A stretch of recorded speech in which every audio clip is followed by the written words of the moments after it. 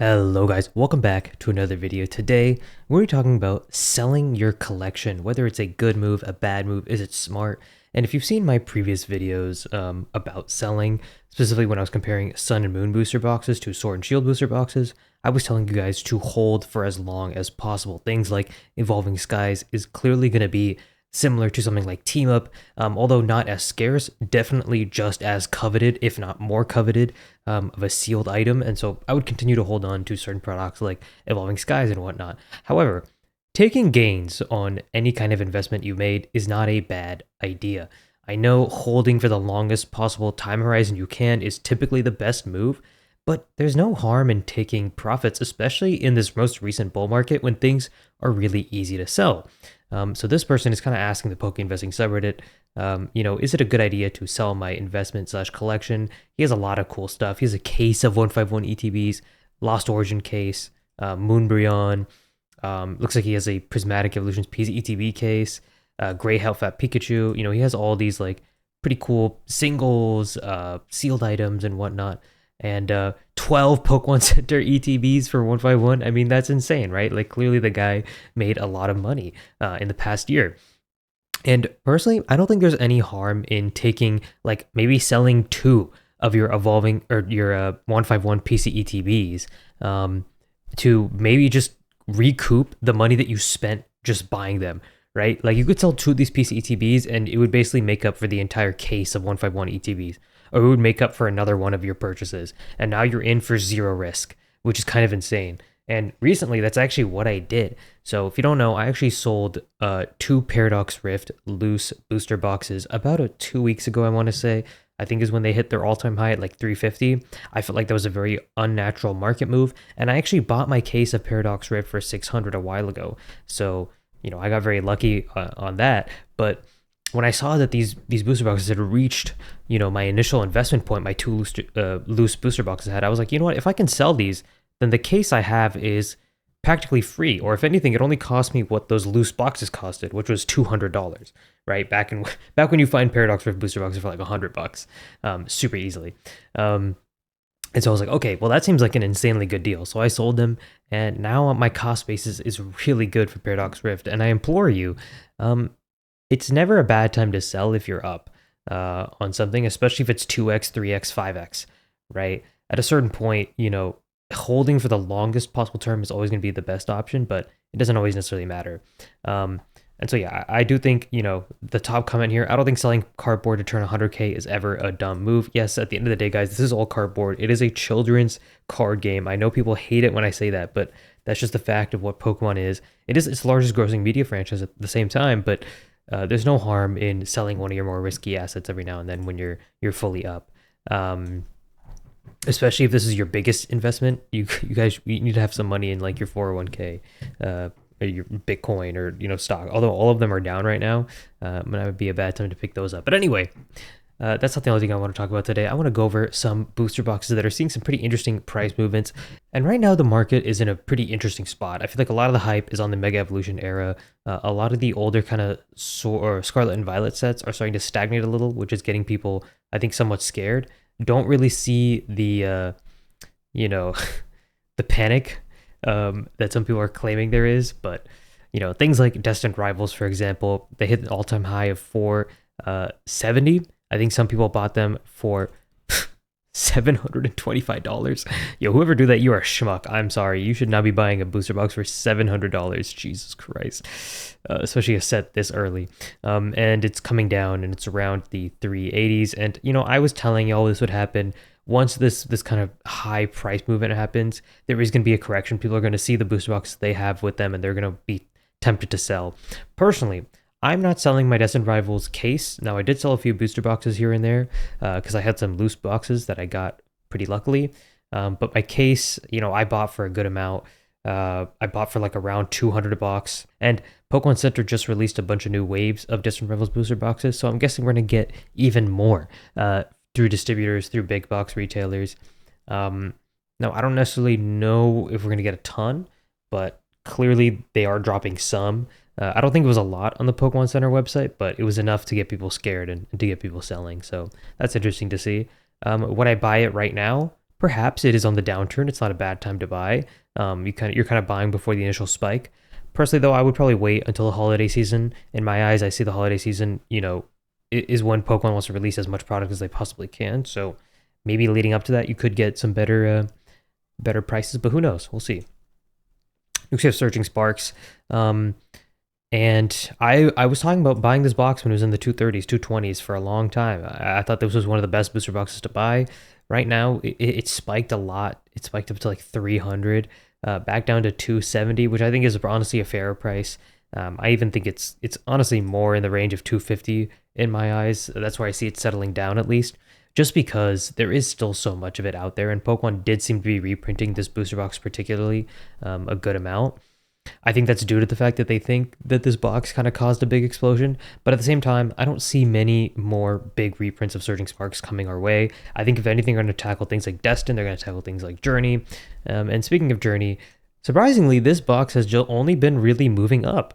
And y'all know, if you were here, I was telling y'all to buy the enhanced booster boxes if you can. The Ends Reshiram promo in here is, I think, still going up in price, which is kind of crazy to see. Right now it's around 260. I think buying at 200 was definitely the smart move. That's where I bought my case, and I was very happy with that purchase. And I'm still pretty happy seeing where it's going.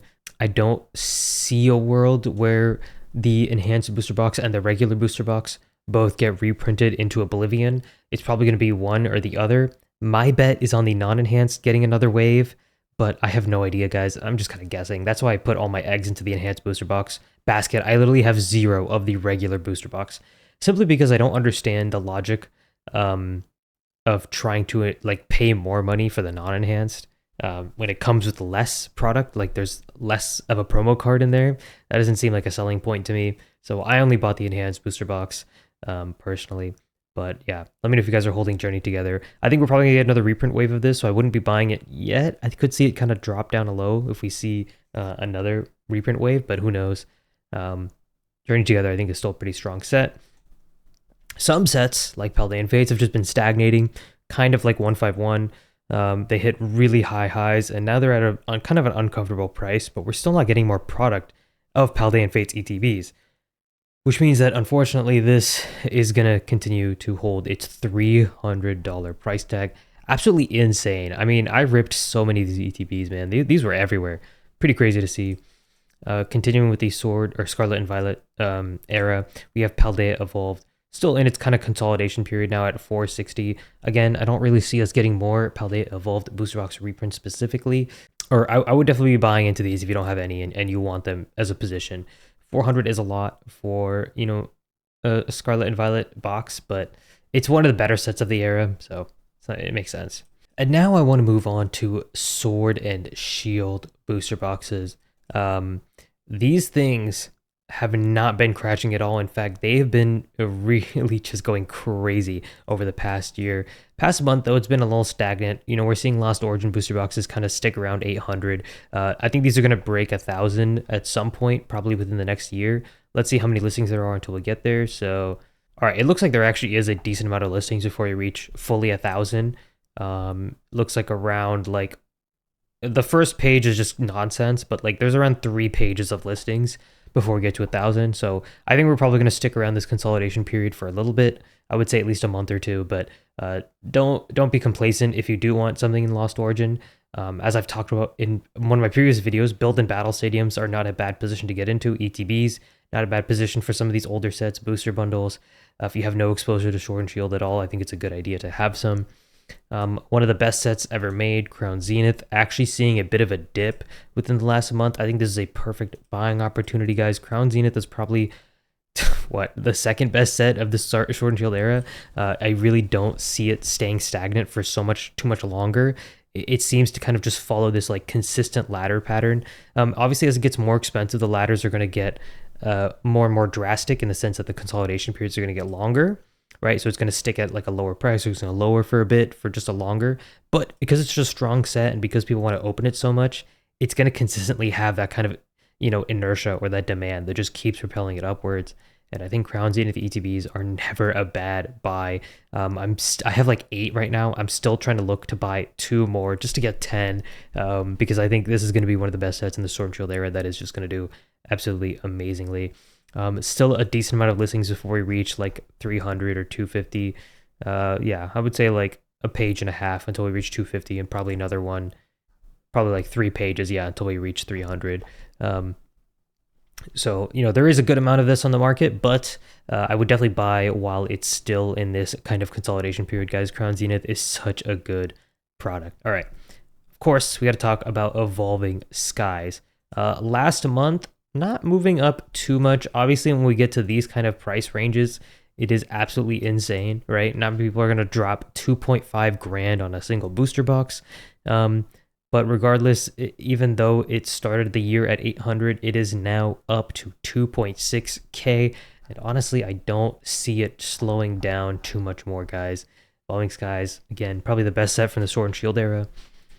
And I think if you can get your hands on any kind of product that is Evolving Skies related, it's a good buy right now. We're kind of seeing a similar kind of stagnation with the ETB and the other stuff. So you can see the ETBs are almost seeing a similar sort of a stagnation period right now. And I think right now is a good time to buy some Evolving Skies, honestly. I just picked up a build in Battle Stadium, contains 12 packs in total, which is really nice. ETBs, of course, contain 9 packs. The Pokémon Center ETBs have been on an absolute tear recently. Let me see if I can find them. Yeah. I was telling y'all, man, the Pokémon Center ETBs from Sword and Shield are still going to perform amazingly because it's about the exclusivity of a sealed product, especially after a long amount of time. It doesn't necessarily matter if the thing has a promo or not, because people aren't opening these ETBs at these kinds of price levels, right? It's for a collectible, and because it looks so distinct. Oh my god! Like tell me these evolutions with the vertical slant or whatever, it does not look sick as hell. These look so good when you display them. They're probably the best version of the ETB, of Evolving Skies ETBs you can get. And I think they're going to continue to have some absolutely insane gains. You get 250, 240%. Now, compared to the build and battle, 170%. Compared to the ETB, 130%, 116%. So obviously, it's kind of outperforming all the other kind of smaller products. However, it is still nothing compared to the... Oh, wait, no. Actually, it overtook the booster box. Oh, shit. I did not realize that. Interesting. All right, well...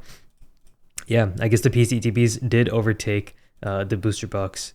In fact, I was actually wrong on that assumption that I made in my head. Yeah, the PCTBs, as I keep saying, yeah, they just work. I think buying any kind of PCTBs from Scarlet and Violet is probably a good buy.